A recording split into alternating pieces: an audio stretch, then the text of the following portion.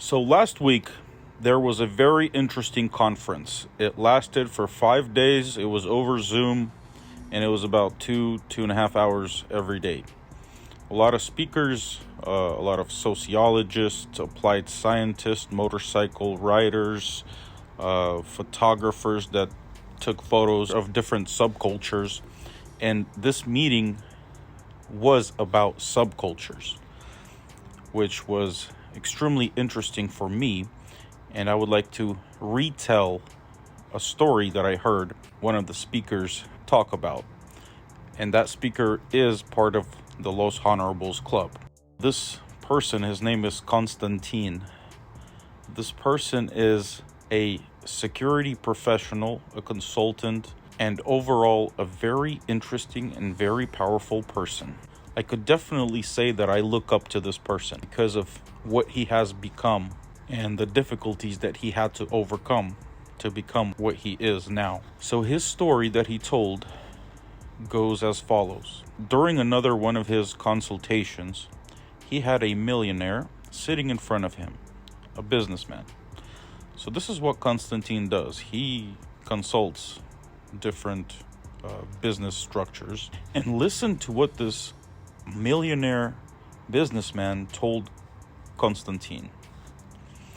He told him that he wants to be a part of some subculture, and he wants Konstantin to tell him which subculture he should become a part of. Why would he ask this of Konstantin? Well, because Konstantin has been researching them for many years, subcultures, that is. And then Konstantin says, please explain to me, why would you want to do that? Why are you interested? You have millions of dollars. You have hundreds of employees. You have thousands of clients. You just have people all around you. What else do you need? Why do you want to join some kind of a subculture? And the answer was very interesting, actually. This millionaire said that his people, his employees, follow him only for his money. And this kind of makes him sad. He says that when he looks at different subcultures, there's something stronger. There's a stronger glue that keeps them together and functioning. So what he is speaking about there is a brotherhood. Isn't this interesting, guys? Someone who has everything doesn't have that one key thing in life, and that is brotherhood. Something that's not based on money. A brotherhood is something that's based on an idea. Let's continue. So one of the other things that this millionaire mentioned was that he's interested in the historical part of the subcultures, because most of the subcultures, they have a very deep history, which also makes them extremely strong, philosophically speaking. So that means that their philosophy is strong because of it. And then there was a third thing, and that is security. He says that if something happens, all his employees will just quit and run away, most likely. But if he's a part of a strong subculture, he has that security. He knows that these radical people will do whatever it takes to protect their brother. And that's something that a lot of wealthy businessmen don't have, and they don't even understand that that's what they're looking for.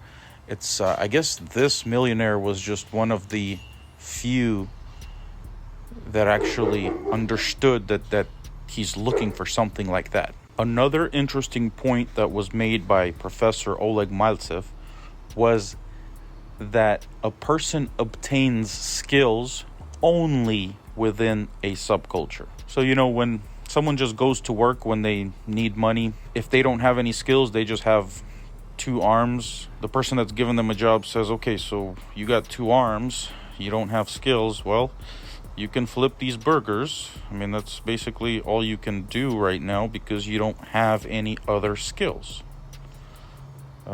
if you had the skills, I don't know, marketing, you could market for us. If you had computer skills, you could write some kind of program for us. We would pay you good money. But at this point, you just have 2 arms, so you can flip burgers for our company, something of that nature. So see, this person, instead of going into a subculture, he went to some kind of a business and just basically trying to use his bodily functions to make some kind of a living, which is a good step, I guess, but you cannot get stuck on that step. If you want to acquire skills, actual skills, you have to join a subculture. If you don't know what a subculture is, you have to research that. There's thousands, maybe millions of different subcultures, and you're probably part of some of them, and it's just you have no idea that you're part of them, because you could be in the subculture of kitten owners, or you could be in the subculture of those guys that go spray paint stuff. I don't know what it's called, but that is a subculture. And so basically, whatever part of the subculture you are, those are the skills that you acquire.